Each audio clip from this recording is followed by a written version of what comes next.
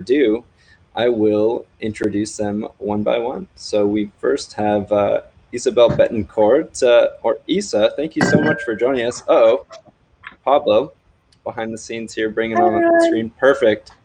How are you doing? Yeah, doing well, thanks. Great to be here. Yeah, Thanks so loving Happs much so far for. and all the new features. That's awesome. Yeah, that's fantastic. I also want to bring on Ian here. Fantastic. Ian McLaughlin, our Hi, everybody. neuroscientist in residence here at Happs, who had a great broadcast earlier today. And the one and only Euro Maestro. Euro, thanks so much for joining us as well. Well, thanks for inviting me. Absolutely. So I'd first like to ask each of you, how did you get started as broadcasters, and what's your background in science? Let's do a little bit of storytelling. Isa, can I start with you?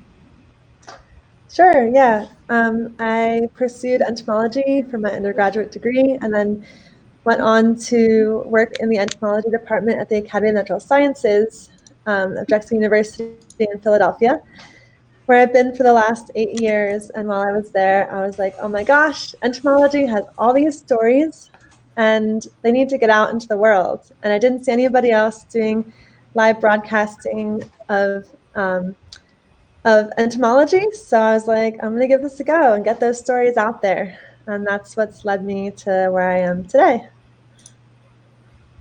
That's really cool. By your estimates, how many broadcasts have you done on entomology?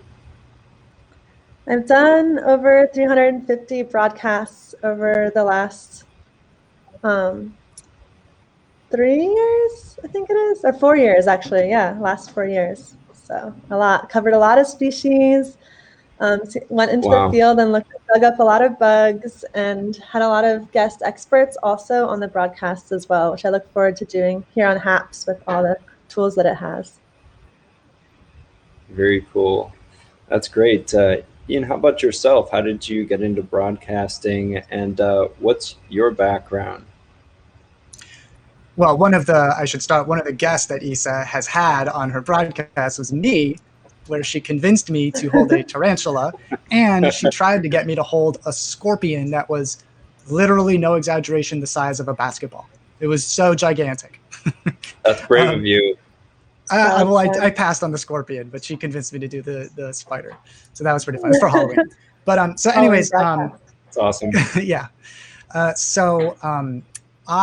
Growing up, I was always interested in science, and my parents were, sort of dilettante, interested in science. We would discuss like the selfish gene at the dinner table, pretty nerdy stuff. But I never thought that I could go into science.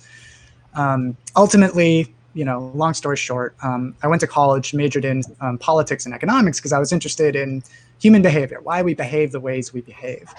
And it was pretty frustrating. There just wasn't a lot of data that were being, discussed. It was like arguments about other people's arguments a lot. And on a whim, I took a brain and behavior course taught by a guy who was about to get a PhD in literature. He was really, really excellent communicator.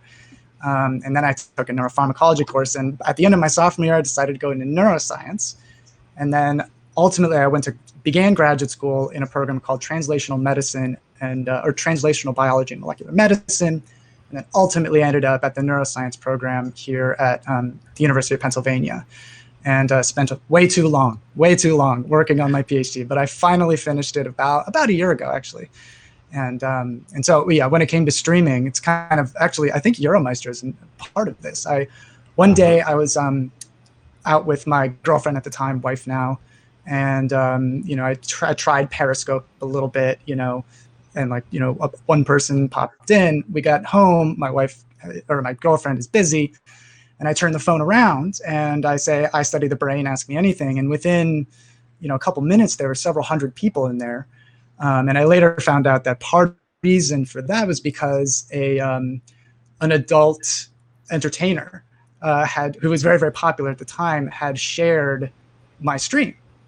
And, there was just this deluge of obviously a lot of like insanity, but also like just a lot of really like substantive topics, like about Alzheimer's disease, about addiction, about dreams. And ever since then, I just kept it up so long as people were interested and willing to talk about the brain with me. So that's sort of my short genesis. That's amazing. Yeah, I also studied politics and economics in undergrad, but can't imagine going into the hard sciences. Yeah, but that's admirable, very exciting. And Euro, Maestro, not many may realize the extent of your scientific knowledge and background. A polymath in many ways, well known for your travel scopes. But Euro, tell us a little bit about your background and broadcasting too. Okay, well, there's sort of two completely different topics, but yeah. So my interest in science started when I was relatively young. So back in middle school and high school, I ended up working at a museum of science, and I was sort of taken under the wing by this docent. So that started my initial interest. And so initially, I was interested in cosmology, which I spent a lot of time on. And I did a study with another person, and so I contributed a little bit to his project. That he ended up winning a Westinghouse Science Award, I guess it's a national award in the States that helps you get a university scholarship.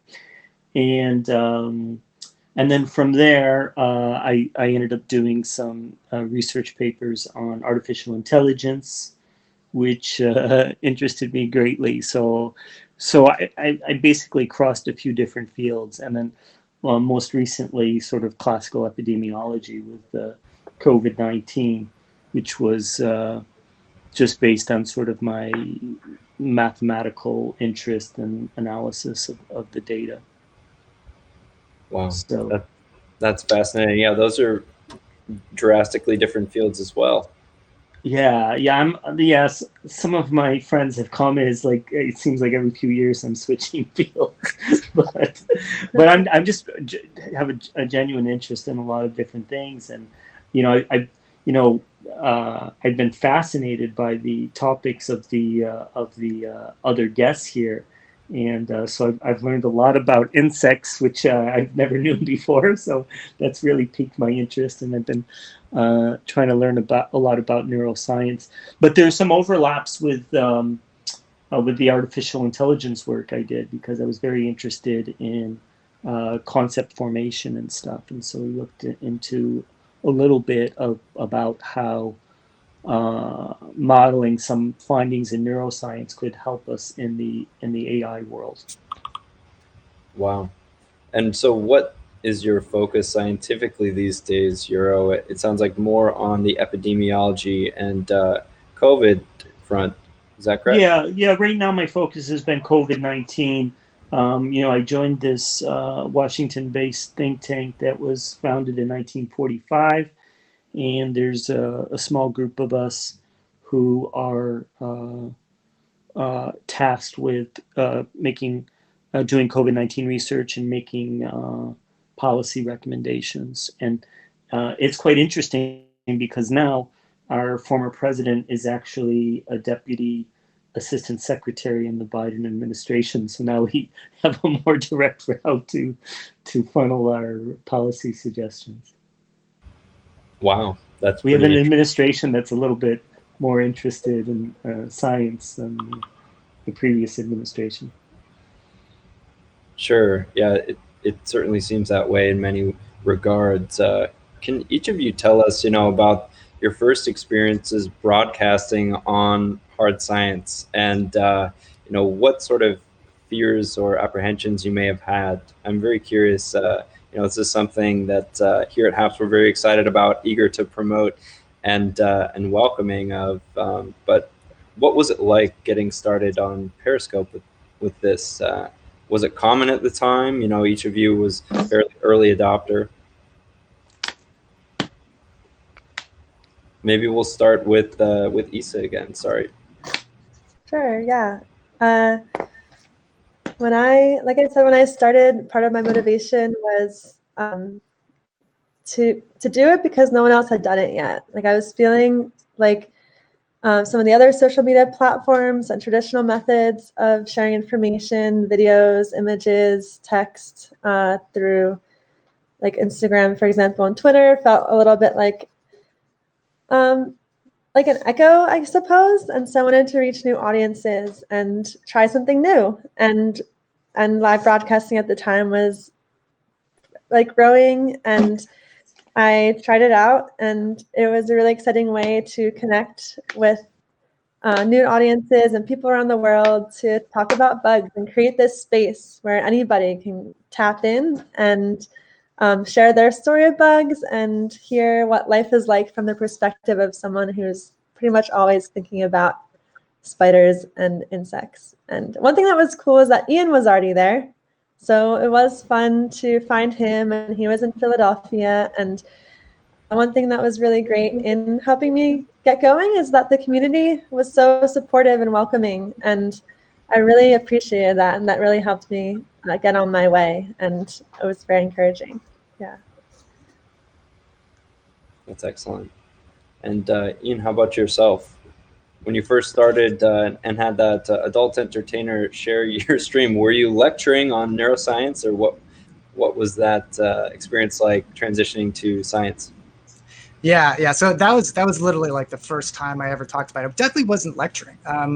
It was more like, the way I sort of see it is like, if you're ever taking a science class in college or something, the instructor will have usually something called office hours, where any student can come in and just talk about whatever they want. It doesn't even have to be about the subject, although ostensibly it's supposed to be. Or like, having a conversation with a friend at a bar, or somebody new you meet at a bar. Like, hey, oh, you study the brain?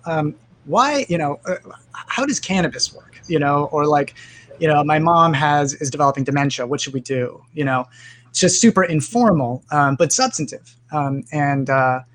If my experience has been just like me when I was growing up in high school, I never met a scientist until I was in college.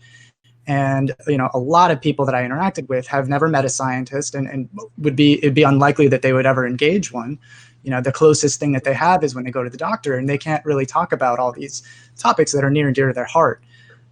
But so, basically from the go, it was clear that people wanted to talk about these issues. And, as we all have come to learn painfully in some cases, the amount of misinformation or information communicated with perverse incentives on the internet is pretty significant. And, but people want to, talk about these things. Some of their deepest curiosities, some of their most personal sources of anxiety and suffering. And so, I just kept going, and there really weren't any.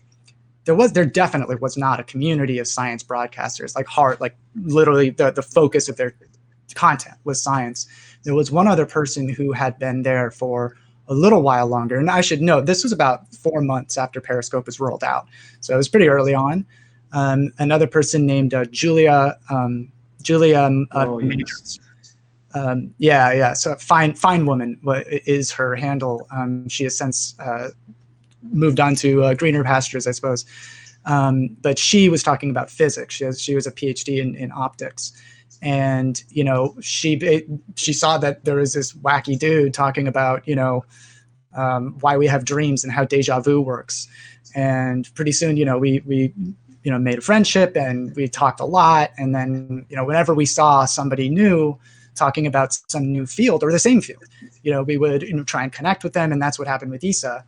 And, generally speaking, there's just this very, very supportive and enthusiastic group of people who not only were interested in discussing topics, but also bringing their own personal insights and experiences to the table, like Euromeister regularly does.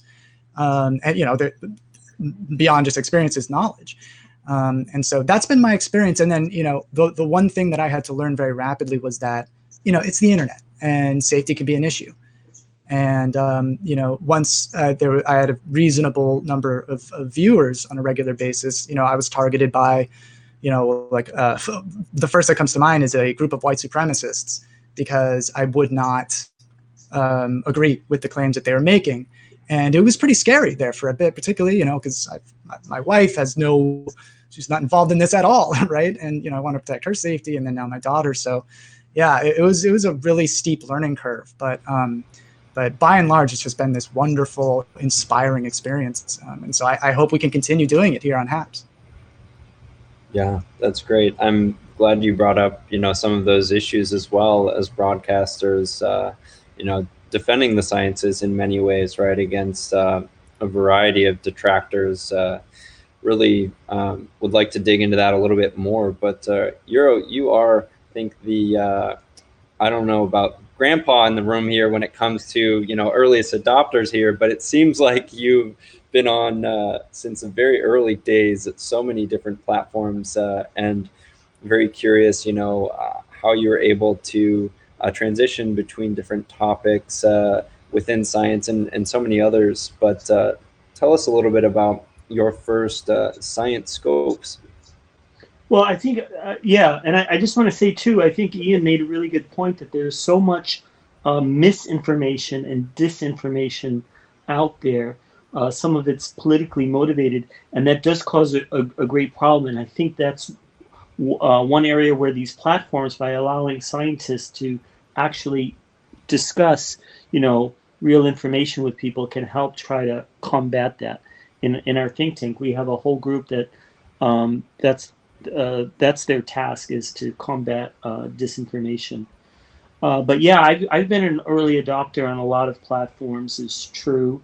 One of my interests has been startups, and that's how I got involved in Periscope. So my initial Periscopes broadcasts were all about history and culture, and then that kind of migrated over time to travel. I didn't even get involved into broadcasting science topics till a year ago. Actually, 1 year ago, I guess, my 1 year anniversary was 2 days ago. And that was after reading a Lancet study on, I think it was 24th of January, came out, and it was talking about this new disease that was hitting China.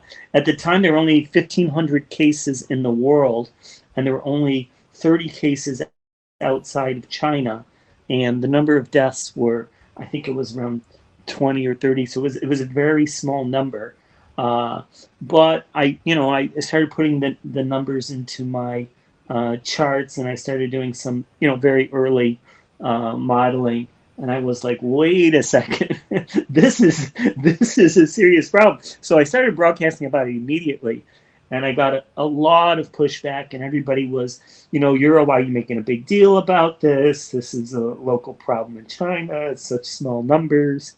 And I'm like, wow, it's if you understand exponential growth, this is a serious problem that will easily result in millions. And then, of course, the Imperial College did their own analysis a few weeks later, saying the same thing essentially, and projecting 2.2 million unmitigated deaths in the United States. So it was like, this is super serious problem, and will spread to the entire world if left unchecked.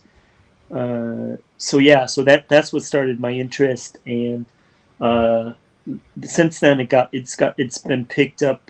I've been on major networks in the United States, the UK, Canada, and throughout Europe, and I've been very fortunate. They've been republishing a lot of my analyses and stuff. So my interest has really been primarily focused on that one issue in terms of broadcasting, at least. Yeah, it's obviously incredibly important. One thing I'd like to segue to that you brought up as well, Euro, is mis and disinformation online, right? And in particular regarding the pandemic, right, and potential treatments, etc. Would love to visit this topic right now in a little bit more depth. Euro, what have you seen on a variety of platforms that has really alarmed you, and what are ways in which people can really discern between accurate, reliable information and the other stuff? Yeah, it's some really good questions, because it's more than just an academic concern. The misinformation and disinformation has led to making it more difficult to arrive at correct policy decisions because the public has been misinformed. It's led to deaths because people have literally been taking wrong approaches to therapeutics and stuff. And there was a certain advocacy of hydroxychloroquine, for instance, early on, and unfortunately, we had 2 deaths almost immediately from that because people, either misunderstood or, took the wrong approach to what they were hearing. Right. Terrible. Ian and Isa. Oh, we may have lost Isa there. Ian, could you share some of your thoughts with what's been most concerning or alarming to you, and any tips for the audience? Yeah, so I mean, like, there's a reason I always open my live streams with my name and my credentials, which probably comes across as like a little irritating, but it's because I think one of the best things that we can do to navigate misinformation is to scrutinize the perspective of whomever's producing the information. Does this person have the expertise that they claim to have? Did they spend time developing that expertise? Or more importantly, do they have some kind of personal or financial incentive to get you to believe something that may or may not be totally true? And like, it's not a perfect strategy, right? Like, scientists make mistakes too. We're all human. And of course, scientists can have good faith disagreements, right? We're not always on the same page. But when you're making sure that your sources of information are coming from people who spent like meaningful time learning and making mistakes and learning from their mistakes, rather than someone who's interested in promoting a perspective or a set of claims that's principally motivated by personal gain. And there are a bunch of neuroscience related topics. I mean, obviously, COVID-19 right now it's just been a deluge of misinformation. Some of it I think is frankly in good faith, but a lot of it certainly is not. That's been one, but then also, so I did my PhD on understanding the neurobiology of addiction and anxiety. And, addiction is one of those topics that's so personal, so emotional for pretty much everybody who's touched by it, affected by it.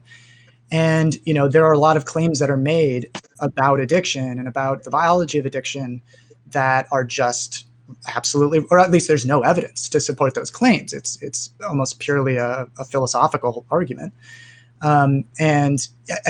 Unfortunately, in the case of addiction, which is one of the critical public health challenges in this country, certainly, but not exclusively the United States, we've lost more than 80,000 people from the past, 12-month period. That's higher than ever in the history of this country to drug overdose fatalities. And when you have people, describing the biology of addiction, or just describing addiction without any evidence, that has ramifications for policy, and that therefore has ramifications for lives. And so, that's just one example. There's so many other examples, but yeah, I mean, I think that the best tool is to think about the perspective and the background and the incentives, motivations of the people who are, providing science-related information online. Well said. Isa, you're up. Sure. Wait, so was there a specific question here, or in general, misinformation and navigating it with science online, or in the science realm online? So in general, that topic that you just mentioned, yeah, would be great. Yeah. Okay. Yeah. I have thought about this a bunch, and it is one reason that I have sought out going and live broadcasting. I think one thing that's really cool about live broadcasting is that the audience is able to sort of probe and interact with the broadcaster, which is really unique. You can't really do that in other situations. It helps to gauge authenticity and to explore things together. And so I really like that about it. And yeah, I don't know, like, misinformation has been something I've thought about a lot during I did my master's in communication, so I could compare it with my science to be a more powerful science communicator.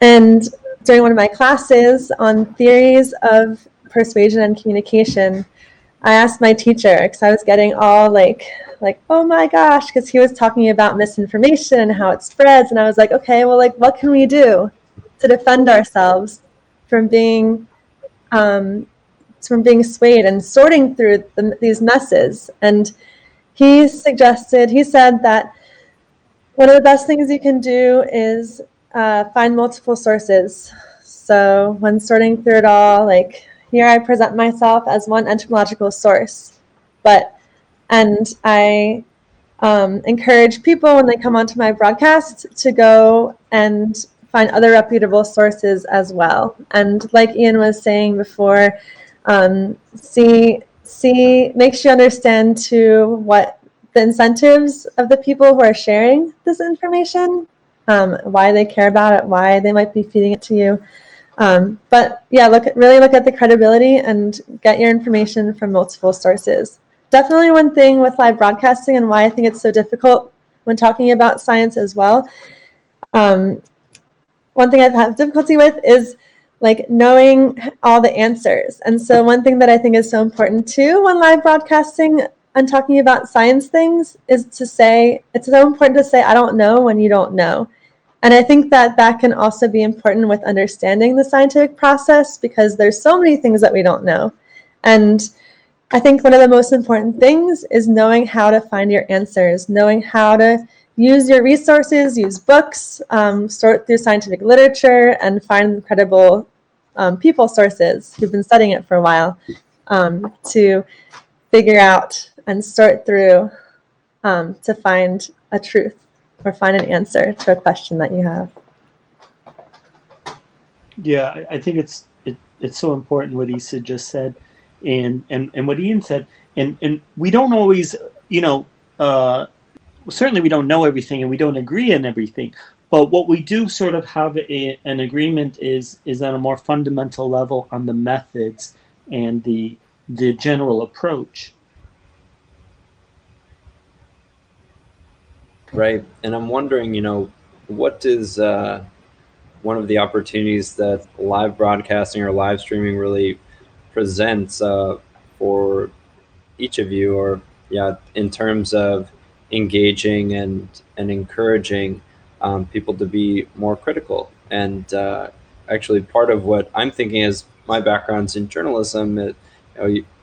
Each of you has said, look at background sources and multiple corroborating, sources, and looking at any perverse incentives, right, for people who are, disseminating information. So I'm wondering, how in the live streaming space, is there opportunity to combat this specifically as opposed to other types of online media?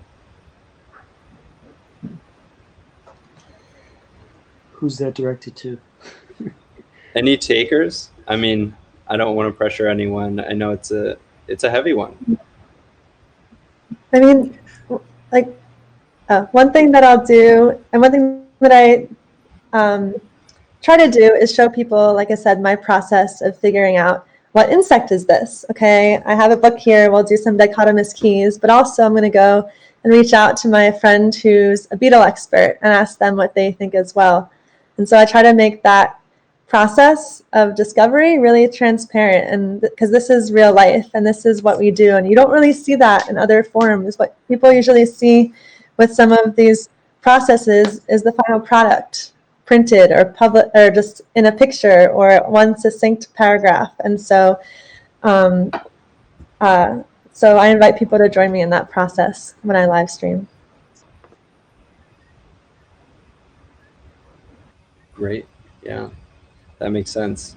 The process live is so different from the finished product. That's so true. I think that there's something really unique about live streaming in particular, that it's a far more like human interaction than most social media, where you can see the person's face, you can tell, but we evolved to interact face to face, right? So much of our brain is literally devoted to deciphering people's facial expressions and prosodic language, the features of language that can indicate the difference between, like, if I say like, hey, versus like, hey. You know, like those are two totally different things that I'm communicating by all these non-language related features. And so using live streaming is one way to, I think, bring people closer to these fields, which, you know, helps, I think a lot of the success of misinformation online arises because of misunderstandings of science, how science works, who scientists are. You know, I think that there are a bunch of other benefits that I'm happy to talk about. But I mean, I think that just, you know, reaching people where they are in a way that is fundamentally more human than like a journal article or even, you know, a Facebook post or particularly Instagram, I think is just, it's a much more effective way to engage people where they are, which can help to, you know, help people to navigate this sort of like morass of misinformation that's available to them, you know. Yeah, I think that one of the reasons why it's such an effective form of communication, and both Isa and Ian are so good at this, is it comes from and derives from that interaction. So the fact that people can ask questions and you can pursue different lines of reasoning. Sometimes a question, you know, produces a perspective that perhaps I hadn't thought of or someone hadn't thought of before, and a different line of reasoning. This is where I think Happs is an example of a platform that can allow us to do this. Just what we're doing today, to have different guests on at the same time and talk about a subject. So I've been doing this primarily in Zoom sessions, so I haven't been able to do it as well on Periscope. But what I do in Zoom is I can bring guests on, so I can bring on you know, other epidemiologists and other experts, and then you have a whole room full of people that can hear multiple views. And also I can bring up slides and graphs and studies, kind of what similar to what Ian was doing earlier today. And you know, when you're talking about, you know, complex causes and stuff, it's great to show like, here, these are what, you know, these tissues look like and what these cells look like, and you can get into more specifics. And lots of times that visual representation of being able to show slides and graphs and other supporting material is very helpful in explaining a complex topic. Yeah, well said. One thing that is a comment here from Michelle is humanizing scientific knowledge makes it more accessible. And that's one thing that I've noticed each of you does really well. I wonder if you have any tips about, you know, how you do that effectively for new broadcasters, you know, and what you enjoy about that process, because it's clear that each of you has a great time up there sharing some of your expertise and making it really relevant and accessible. Yeah. Not sure who's interested in taking this one first, but this kind of tying with some of what Yura said. I also wanted to add that, and kind of relating to this question too, I wanted to add that this is one reason why I have tried to bring as many visiting guest experts who are visiting the entomology department's collection. There's a 4 million insect specimen collection at the Academy of Natural Sciences in Philadelphia, which works like a library, but it's kept behind the scenes because if these specimens were on display, they would degrade from light, and it's just so hard to manage. But it still is a very lively place, a buzz with visiting researchers from around the world, and also from right at the universities in Philadelphia too. Researchers there also visit. And so I do try to humanize it by bringing as many who are willing onto my broadcasts with me. It's been more difficult, of course, with COVID to do that. But that's one way that I've tried to humanize it more by, it's one thing to read like this scientist said this about the beetles or the upcoming cicada emergence.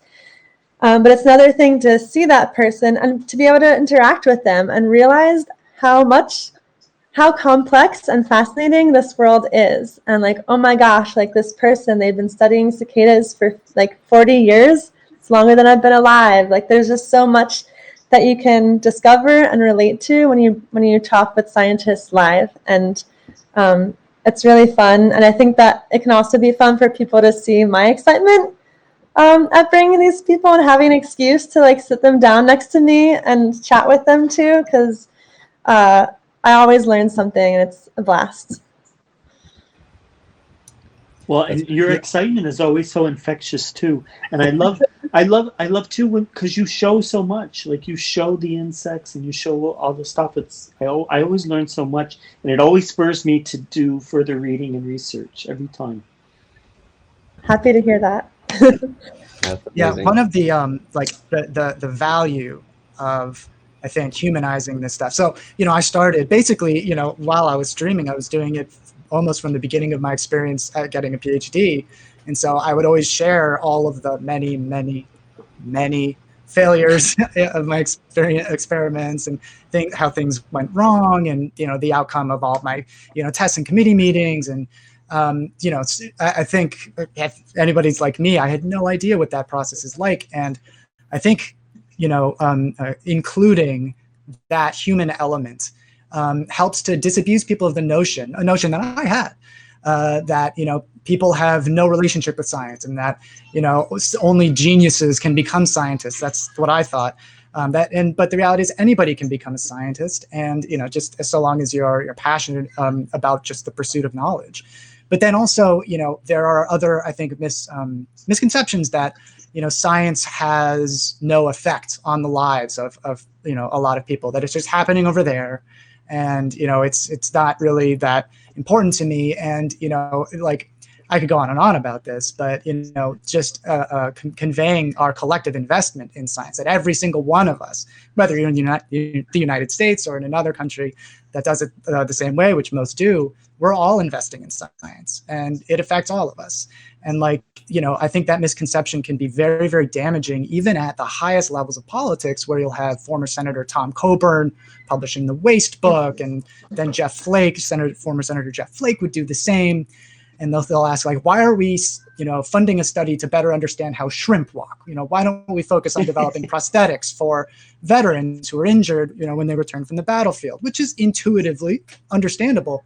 But what they didn't understand was that the findings of those basic biomedical studies with shrimp on treadmills were literally motivated by the effort to create new prosthetics for people who could benefit from them. And so I think just making it, while science relies on humans, right? Humans do science, and clarifying all of our relationship with it, I think is a benefit. And doing it in this more human way, I think is just an optimal strategy. It's amazing. Never heard the word shrimp and prosthetics in the same sentence. So that's a first. Really interesting example, but very, on point. Euro, how about yourself? I'm trying to read your facial expressions here. Yes, I saw that in the comments. Somebody else was saying that. No, I think they both Isa and Ian really made some key points there, and I think that it just underscores the importance of basic research, which is often either overlooked or dismissed because people are looking for practical application science. But it's the basic research that often leads to knowledge and spin-offs that we couldn't possibly imagine, and so we don't know the payoffs till much later sometimes. Right. One thing I'm wondering is, what are some misconceptions among your fellow scientists, right, in your respective fields about public communications, and what is the level of, current, I guess, best practices in your respective fields towards engaging with the public? And I don't know who's interested in taking that on first. Euro, maybe I'll put you on the spot in terms of COVID in particular. This is an incredibly important topic, so maybe we should just start there. It's a particularly hot topic, and it's a particularly sensitive topic for me personally, and in the field Sure. in general. And I'll tell you, because basically what's happening is, because this issue is particularly politically charged and there's implications, and there's a need to get the information out to the public. It's a developing science. Whenever you have developing science, we have a lot of unknowns, and everything is very nuanced and a lot of caveats, and that's kind of a difficult thing to communicate to the public. So to be quite frank, in our circle, we have a lot of disputes about that very issue. And so I mentioned one person in our group who's pretty prominent. Some of you may know this, Dr. Dane, and he's kind of a controversial figure because he generates a lot of public interest. Some people sometimes feel maybe it's a little too sensationalized or not sufficiently academic or too quick. So there is a debate into like how much background should be provided. And we've heard the same thing from other people that are famous in the field of vulgarization of science, whether it was Carl Sagan or the science guy or whoever tries to educate the public. It's a difficult boundary between trying to make things approachable and understandable, and yet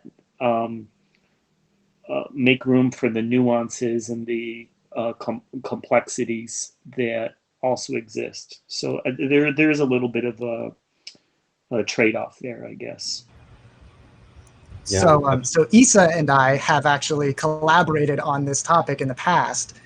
She came over to Penn and was generous with her time. And, there's a lot of misconceptions, of course, not the least of which being the value of even doing it, right? A lot of scientists are essentially all scientists are extraordinarily busy, right? It's working, 15, 16-hour days and stuff, right? But, there's also just what's the point? And apart from what I said about like misconceptions that produce like the waste book by senators, there's also, I think, this perspective that that we need to avoid using any jargon, and that's understandable. Like if you go to any science communication workshop, it's like don't use jargon. And for me, that the opposite has been true. I mean, I think people are interested in understanding the differences that you just need to very rapidly define the jargon. Like, don't only rely on jargon, but, invite people into this new language and help people to understand it. There's nothing magical about, knowing what a nicotinic acetylcholine receptor is. Like it's not magical, but, the relevance isn't the jargon. The relevance is what it means. That's been sort of one of the main misconceptions I've seen among the field. Yeah, I agree with Ian about scientists being really busy, and so that can be a really big barrier, which makes a lot of sense. They're out doing science. I do think that's why it can be helpful to have some science communicators who bring in guests, because then you kind of facilitate it and make it really easy. And also more and more NSF, the National Science Foundation in the USA, is asking for scientists to include greater impact, like a section on greater impact when they do their reports on how the grant went. And so oftentimes when I bring people on as guests, I'm like, hey, like you can add this to your greater impact as like a perk of joining and sharing and getting the science out there. I just had a friend who's a bat expert who I had on this past year ask for the link to the live stream so she can add it in for a report. So I think that is a huge barrier, the time. But one thing about live streaming, which is actually what also brought me on, is that it doesn't take as much time as putting together a really polished video, pre-recorded video. So honestly, like that has been really helpful with getting online and share and getting accessible, I guess, to the public.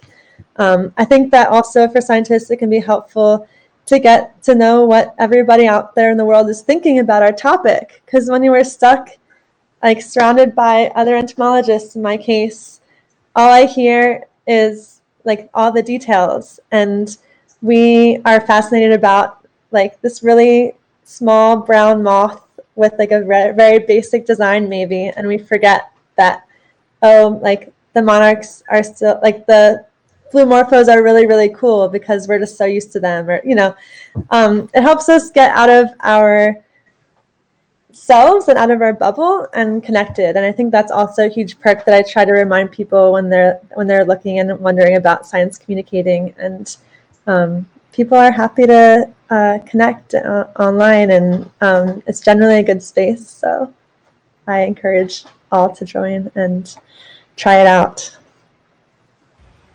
Yeah, I think the questions and comments also helps us determine like what works and what doesn't work in terms of communications, and what areas we need to better work on in terms of either our own understanding or our communication of our understanding. Yeah, like with the jargon, if I do say a big word, people can be like, "What's that?" And I can fix it really fast or let them know if it's live broadcasting. Yeah. Right. No, that instant feedback or near instant, right, is just very valuable for so many reasons. I guess one thing, I'd like to touch upon before we wrap up is, what do you enjoy most about broadcasting? What keeps you going? I don't know. Well, first of all, for me, like I get to talk about the things that I think are the coolest topics in the world, like consciousness, human behavior, and so on, right? But anybody who's worked on a PhD or worked in science, actually both in and out of science, right, that knows that there are times during the experience where nothing's going right, and you can get pretty insulated, as Isa was saying, just surrounded by other scientists. And so connecting with people outside of the discipline was incredibly beneficial for me. Both improving my own science, the quality of my science, the versatility, but then also by reminding me of why I fell in love with the field in the first place. And then also having people with fresh eyes and unique personal life experiences was incredibly inspiring and informative, edifying for me. And I sometimes wonder if I actually could have finished my PhD without the privilege of these interactions. And then there's so many times that I've interacted with particularly young people who were interested in the topic, but just had no one in their lives with whom they could discuss. And seeing people go from just having a bit of curiosity to like literally enrolling in a neuroscience program in college or grad school, that's tremendously gratifying. And then finally, I think biomedical science and neuroscience happens to touch on a lot of very personal and very emotional, important aspects of people's lives. And people with family members suffering from various conditions or their, source of anxiety, they're worried that they might be predisposed to a certain condition.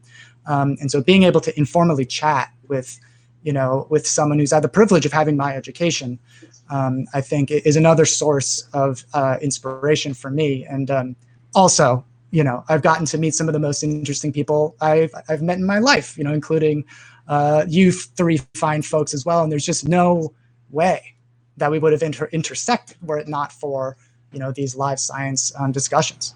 So it's been very, very beneficial for me. That's cool. And we're flattered you think we're so interesting. I pale in comparison to the three of you, certainly. Euro, what do you enjoy most about broadcasting? What keeps you doing it? Yeah, so I have to agree with again, I'm always agreeing with Isa and Ian, but I do feel it's that interaction which changes everything. People bring up questions which make me realize what topics that seemed initially unrelated are suddenly related somehow, and it's interesting exploring these types of new connections and new lines of thinking and research, which is always interesting. And especially in terms of, he mentioned being exposed to people that you wouldn't be exposed to otherwise or meeting. That's certainly the case for me. And I'll draw back to a comment that he made initially, and that would include an adult entertainer, which otherwise I never would have met. But, I met through live streaming. So that was, very interesting. Yeah. Sounds like that's a story for another day. Isa, let's transition. What do you enjoy most? I think you mentioned, having on other scientists and experts and connecting. But could you give us an example maybe of a time where you had a really amazing experience that really sort of you can go back to and remember while live streaming? Yeah, I definitely echo what Ian and Yura said. With what they said, definitely resonates with me too. And then I think what's fun is, in a way, it's cool to have. It's almost a little vloggy too, and some of the things that I do live, I've never done before. And with entomology, even like one time we split open an aphid, and there was this parasitic wasp inside, and I was like, wow, like did not expect that. And then another time we had a queen ant on my hand, and right then and there during the broadcast, she clipped her wings off because she was done with her wings. And that was the first time I saw that. I'd heard about it, I knew about it. That's what they do after they mate, because they don't need wings anymore. They find a place, start their colony, and it's just fun to experience that. And I think what's cool for viewers is they see how genuinely like excited and thrilled and like amazed I am, and in awe of the moment it is, and I am during that moment. And I think it's fun to capture those live. And I also hear really cool things from the audience, like people saying, why would an organism ever clip its wings off? Like, why would you ever lose and clip off your wings? It doesn't make any sense. Like, I'd want to have wings. I'm sure all of us would enjoy having wings. And so then it's just really fun having this open dialogue that's not possible if you're not live. It's made possible by being live. And hearing the different perspectives from people coming from all walks of life, and even other professions, engineers, farmers, like all sorts of other people converging and coming with these other perspectives that they're sharing. That's been really, really fun. I've enjoyed that a lot. Yeah. And I can go on, but I'll share that as my example. Thank you. And I just want to thank each of you so much for joining today. We're near wrapping up. I just want to let everyone out there watching know about the Happs Broadcaster Challenge, which I hope the three of you, it sounds like, are on track with and participating in. So the Broadcaster Challenge is a great way to get started here at Happs, or continue broadcasting. It's a way to make a cool $50 by broadcasting once a week over 8 weeks. I will put up on screen here a brief graphic that shows some of the requirements. So feel free to check this out in your profile on Happs. If you're not watching on Happs, you can easily create an account. It just takes a couple minutes to get started. And one cool thing about Happs is that you can multi-stream or multicast the same broadcast to a number of destinations. So we are actually not only live here just on Happs today, but on Periscope and Facebook and Twitter. And not sure if anyone has their YouTube connected or not, but that's also an option. So if you're interested in learning more about that, sign up on Happs or send me an email here. I will put it on screen in just a second. Yep, and it's the Happs Challenge. You'll see that hashtag going out too. So you have until Friday to get started. We've already had a ton of entries. It's been really cool to see so many people getting involved. But I just want to thank each of you for helping spread the word to other broadcasters. We would love more science broadcasters in particular here on Happs. Well, by the way, yeah, go ahead. So just really quickly, by the way, we are all going to be fortunate that a cosmologist will soon be joining the science community named Deanna Hooper, DC Hooper. Yeah, she's brilliant. She's a postdoc in, I believe she's in Belgium now, but soon to start a new position. And she is excellent. She's been streaming alongside us for quite a long time. And so we're all going to be fortunate to have her in the community as well. Yeah, I'm really excited for that. Yes, she's awesome. And before we go, I do want to ask Isa a favor, if I may. What's that? Because I really enjoy your broadcasts, and I hope that you'll have another opportunity to do a broadcast with Ian. But this time, do not let him off the hook with touching the scorpion. Yeah. All right. I gotta see that. I got to check that out. Definitely let us know. Sorry, Ian. Never. Well, thank you all so much for joining today, and really appreciate everyone for tuning in. So we hope to see you back here tomorrow. We will be on with some updates. So be sure to tune in then. Have a great night, everyone, or morning, wherever in the world you're watching from. Thanks for tuning in. See you soon. Likewise. Thanks, everybody. Bye, everyone. Thank you. Bye-bye. Bye-bye. Thanks.